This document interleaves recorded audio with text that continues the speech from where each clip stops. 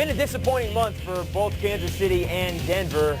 With a one more San Diego win, they've got plenty of time to think about next season. Hey, how are you folks? Jason Horowitz, NFL.com's Pat Kerwin with you on the NFL Previews presented by Comcast. 4-8 Kansas City, 5-7 Denver. Chiefs have lost 5 straight. The Broncos on a 2-game skid, including that loss to Oakland, which Mike Shanahan always hates. Very high expectations going into this season for Denver. Now that we've seen this season unfold, were they too high as far as what they had at the beginning of the season? Yes. The answer to your question is yes. A couple assumptions are always made about Denver. One, no matter who we put in the backfield, they can run the ball. That's not necessarily true. Number two, Jay Cutler's ready to take a team deep into the playoffs. That's unfair, and it's unrealistic to think a second-year guy can do that. And number three, that you can buy a defensive front seven. And they continue to buy older veteran linemen and plug them in there. And I think it finally hit the fan, if you will. And he fired Sam Adams this week. An unusual move this time of year to dump a defensive tackle. That's a big tackle. Why would you dump? I mean, obviously this is not the biggest aspect of this game, but you brought it up. Why would you cut a guy who's been in the league more than a decade? You know, Ron Wolf taught me this when I worked with Ron at the New York Jets. Ron says every so often you just walk down the locker room, you can't stand looking at a guy anymore. You can't stand it.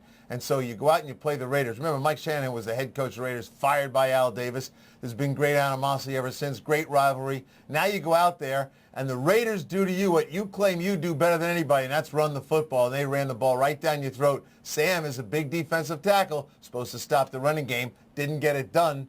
And maybe on that plane ride, and I don't know this, but maybe on that plane ride, Mike looked around. And we all know Mike's stare. It's pretty famous on TV.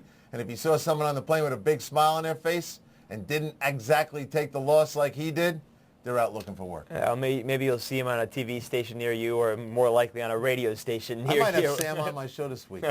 Pat, the other side, you talked about second-year pro in Jay Cutler. It's second-year pro Brody Croyle, who's getting his first go-around of the NFL. Didn't start last week. He was injured. He's expected to go against Denver this week. It is a rematch game because they lost at Kansas City 27-11. Do you like Kansas City's offense to put up some bigger numbers this time around? I don't.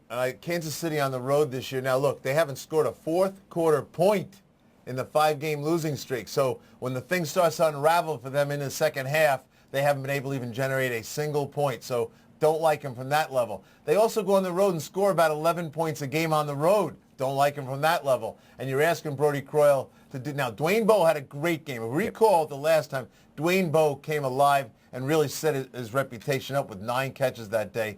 So they're going to be sure to cover Dwayne Bowe. You're going to have to find other ways to beat them besides Dwayne Bowe. And I think Kansas City will struggle on the road. And even when they were great Kansas City teams, they struggled in Denver. I think they're 9-2 or 9-3 their last 12 times. 3-9. Kansas City would be 3-9 in those aspects. All right. The other part of this game is that, of course, it's rebuilding now because San Diego wins one more game. San Diego will have won the AFC West for the third time in 4 years. So you look at both these teams.